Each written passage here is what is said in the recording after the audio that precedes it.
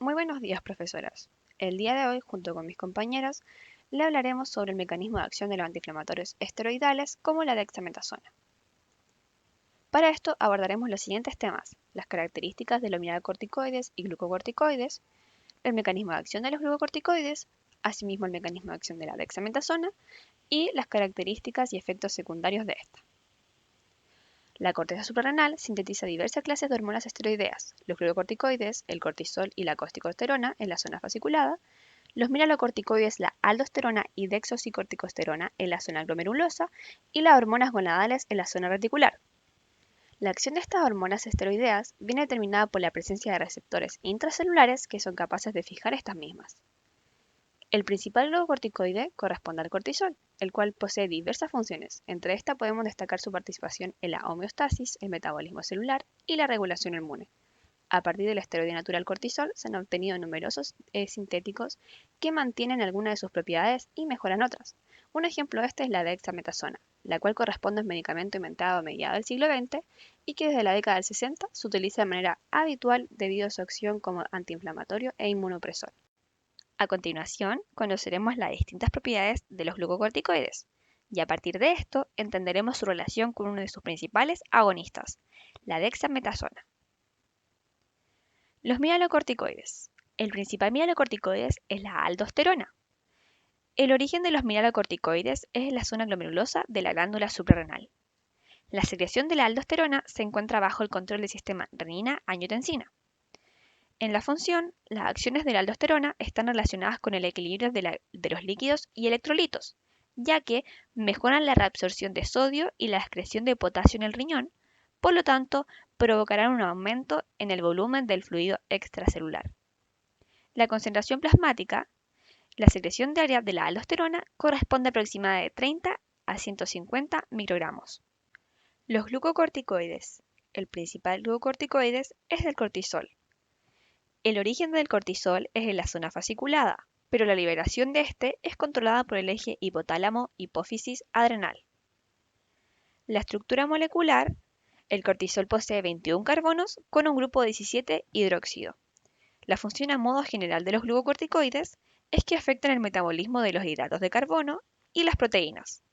También desempeñan un papel pleiotrópico en la homeostasis, metabolismo celular y regulación inmune.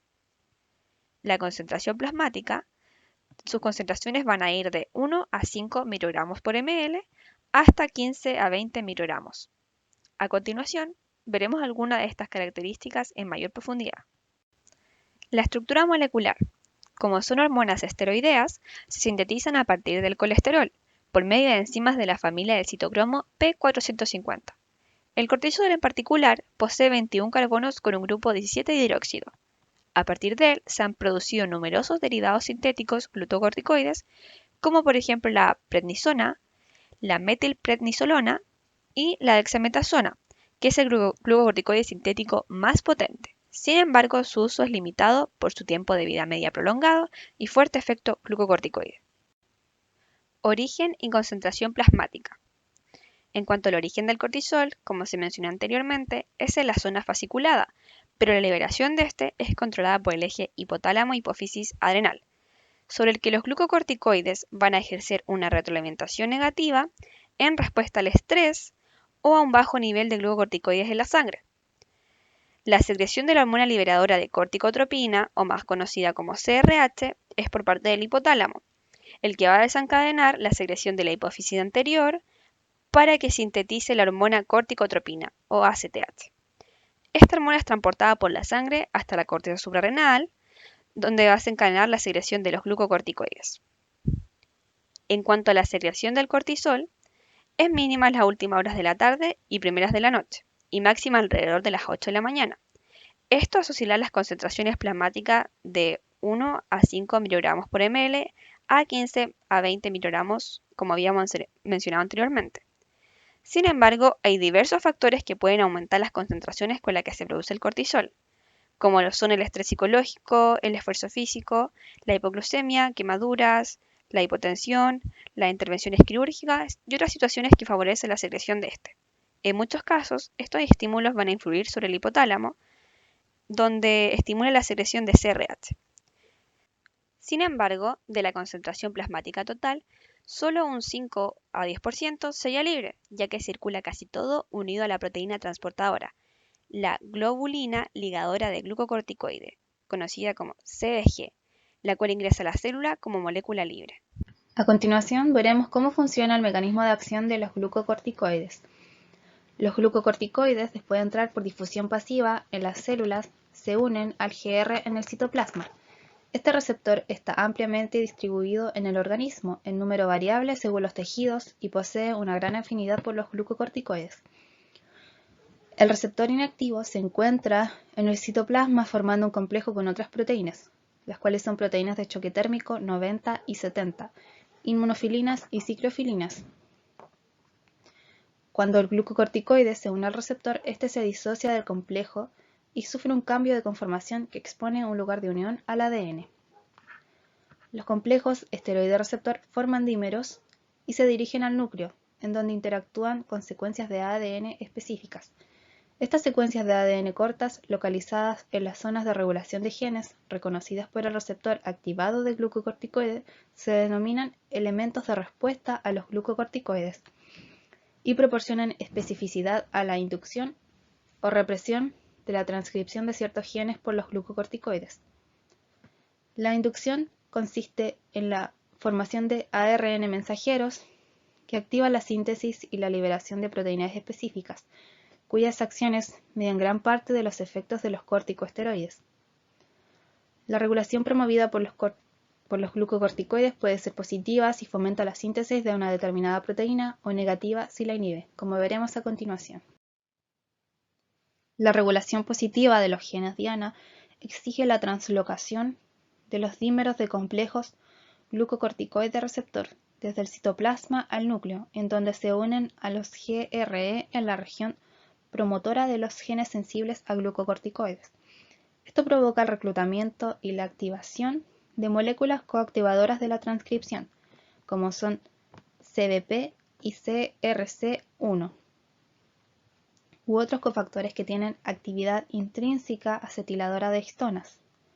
La modificación de esta cromatina repercute en el desenrollamiento de la estructura de ADN, lo cual favorece el reclutamiento de grandes complejos proteicos, incluida la ARN polimerasa II.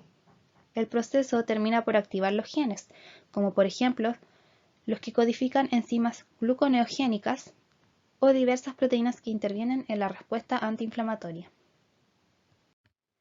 La regulación negativa promovida por los receptores de glucocorticoides es más variable y puede tomar al menos dos formas. Una de ellas es cuando el receptor GR se asocia a GRE negativos que provocan la represión de la transducción génica, debido quizás a la interferencia en la unión de factores esenciales de la transcripción. Otra forma es cuando el GR actúa por medio de una interacción proteína-proteína que supone la unión directa a otros factores de transcripción. Esta última forma va a ser determinante en la acción antiinflamatoria e inmunodepresora. Los glucocorticoides tienen dos vías principales para producir sus efectos.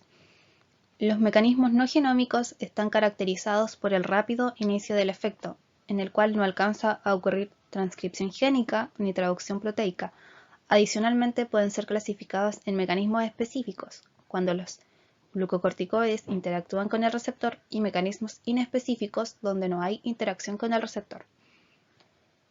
En los mecanismos genómicos, los receptores de glucocorticoides pertenecen a una superfamilia que incluye los receptores de hormonas tiroideas, vitamina D, ácido retinoico y hormonas sexuales. Actúan como factores transcripcionales activados por el ligando que alteran por diversos mecanismos la transcripción génica. A su vez, en este caso la dexametasona se basa más bien en la estructura del cortisol, pero difiere en tres porciones, ya que tiene un doble enlace en el anillo A entre los carbonos 1 y 2 y la adición de un grupo 9 alfa-fluoruro y un sustituyente 16 fluorurometilo. Los esteroides se han clasificado en glucocorticoides para aquellas moléculas que tienen una acción sobre los carbohidratos y la inflamación. La potencia inflamatoria se va a medir como la relación entre el efecto producido y la duración de la concentración del fármaco. Como podemos ver en la tabla adjunta, la dexametasona es un corticoide de actividad prolongada, de acción sistémica y es 25 veces mayor potencia que la hidrocortisona y con una gran especificidad glucocorticoides. Estos glucocorticoides generalmente son profármacos lipofílicos y su potencia es la que va a hacer referencia a este metabolismo.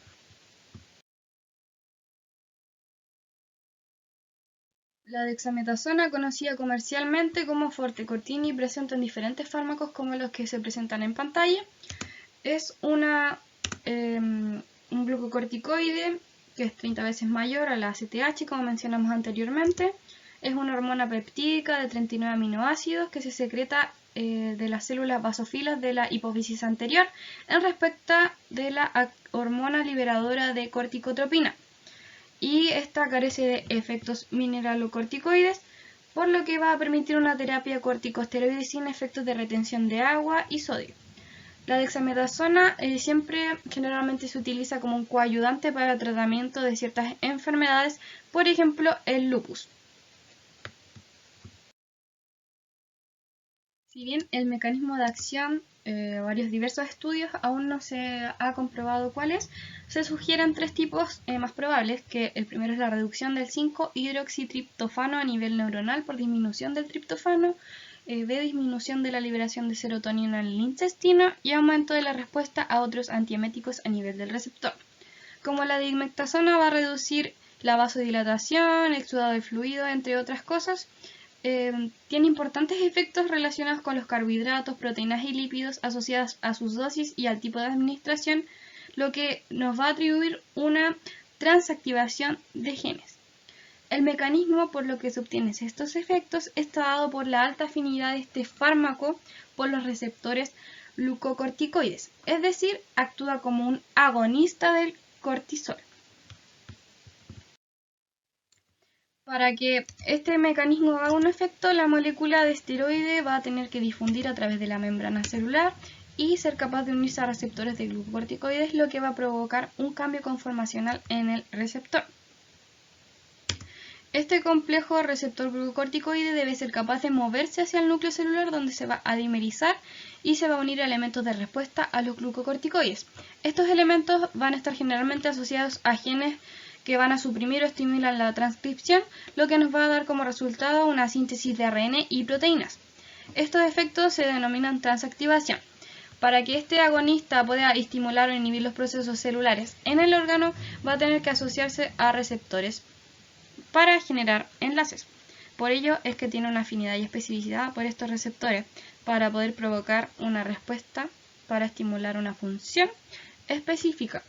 Por lo cual el receptor glucocorticoides presenta este agonista, que en este caso es la dexametasona, que es nuestro interés. Como podemos observar en la tabla, la dexametasona es un inductor común y que tiene como receptor la PXR, el que también va a tener muchos ligandos en común con el CXR. Estos ligandos provocan una inducción de PXR y por consiguiente un aumento en la inducción del CYP3A4 y que va a ser, estos ligandos pueden ser exógenos o endógenos. Podemos destacar que este fármaco es un agonista, por lo que va a actuar intracelular, es decir, dentro de la célula. Bueno, como estábamos diciendo, dentro de la última etapa, más o menos la transactivación, va a ser agentes que van a inhibir factores de transcripción y van a controlar la síntesis de mediadores proinflamatorios, incluidos macrófagos, entre otros. Otro efecto importante va a ser la inhibición de la fosfolipasa 2, responsable de la producción de numerosos mediadores. Otro efecto importante es que va a inhibir la fosfolipasa 2. También va a inhibir genes responsables de la expresión de la ciclohexigenasa 2. También va a iniciar la regulación positiva de la lipocortina y de la anexina 1. También va a reducir la migración de neutrófilos a sitios inflamatorios. Como se aprecia en la tabla, la glucoproteína P va a tener como sustrato y a la vez inductor a la dexametasona. Estas interacciones caben destacar que son intracelulares. Por ello, estos efectos van a persistir incluso cuando no se detecten en el plasma inflamatorios. Es por ello que esto va a tener una repercusión clínica con mucha frecuencia. Bueno, este esteroide no va a ser capaz de pasar la barrera hematoencefálica, como se aprecia acá en la imagen, una barrera hematoencefálica, y se va a unir a proteínas plasmáticas en niveles más bajos que otros glucocorticoides. Se le considera también tratamiento de primera línea en el tratamiento de las náuseas y vómitos. También va a ayudar a la prevención o reducción de la desgranulación de leucocitos, inhibición de fagocitosis y macrófagos y promoción de citólisis de linfocitos. También va a inhibir la COX-2 y la INOS. También va a interferir en la función de los fibroblastos y de las células endoteliales. Va a inhibir la bradosinina y va a estabilizar la membrana de los lisosomas de las células fagocitosas. Como podemos ver en el esquema, la dexametasona es una alternativa de agonista a la que va a ser inyectada o administrada, más bien dicho, al paciente, y va a tener que ver si el paciente responde o no a la terapia. Este esteroide va a producir una retroalimentación negativa en la hipófisis para suprimir la secreción del ACTH antes mencionado. También este esteroide va a ser utilizado con frecuencia en el contexto perioperatorio, incluyendo, como dije anteriormente, la profilaxis contra las náuseas y vómitos postoperatorios. La reducción también de la presión en las vías respiratorias en el edema cerebral, y también puede ser útil en el tratamiento de dolor agudo y crónico, ya que posee un rápido alivio de la crisis tiroidea, inhibiendo la secreción glandular pasando de la T4 a la T3, como se observa en el siguiente esquema, y se consigue una reducción rápida de la T3 plasmática, que la normaliza en 24-48 horas, lo que es muy... La dexametasona puede ser administrada por vía tópica, oral, intravenosa, intraarticular e intramuscular. La vía y el esquema van a depender del carácter y de la extensión de la enfermedad tratada. También hay que tener en cuenta, por ejemplo, que la administración intramuscular tiene la desventaja de una absorción irregular y una falta de control en la concentración de la dosis administrada. Entonces ahí hay que ver las ventajas y desventajas.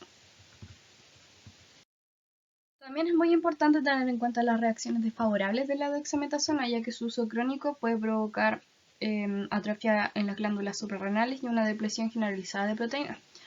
Por su parte, la dexametasona por inhalación puede provocar flu, xerostomía, rash, bronquitis, irritación de boca y garganta, candidiasis orales. En pacientes que han sido administradas por vía intranasal han describido una perforación del tabique nasal, pero muy rara vez. Por su parte, la dexametasona por vía oftálmica puede provocar cataratas, retinopatía o aumento de la presión ocular. También glaucoma y lesiones en el nervio óptico. Igual una mínima cantidad ha presentado ceguera temporal, pero algo muy ínfimo. Por su vía tópica, la dexametasona presenta más bien problemas dermatológicos en la piel, que puede ser acné vulgar, diafórisis, mala cicatrización de heridas, eritema facila, estrías, petequías, hirsutismo y equimosis, ya que puede igual producir hipersensibilidad como dermatitis, urticaria o angioedema. Contraindicaciones que tiene la dexametasona van a ser principalmente en pacientes que ya tienen algunas enfermedades anteriores, por ejemplo, alguien que posea diabetes, hipersensibilidad a los componentes que contiene la dexametasona, osteoporosis, infecciones bacterianas, insuficiencia renal, alguien hipertenso, el síndrome de Cushing, ya que la dexametasona está más bien contraindicada en pacientes que tienen infecciones fúngicas o que tengan hipersensibilidad a la dexametasona. También está contraindicado en pacientes con cirrosis, diverticulitis, miastenia gravis, insuficiencia renal o enfermedades ulcerativas. Es importante tener esta precaución al prescribir la dexametasona, sobre todo con el síndrome de Cushing, ya que hay muchos efectos adversos. Finalmente, a modo de conclusión, podemos recalcar que no cabe duda de que la irrupción de los glucocorticoides en la terapéutica significó un hito, ya que sus notables efectos y a sus propiedades reaccionaron de forma muy bien, logrando una percepción diferente en enfermedades que ahora sí pueden ser resueltas, lo que aumentó un conocimiento también del glucocorticoide, resultando a la dexametasona. la cual al ser un agonista posee un mecanismo de acción similar al cortisol.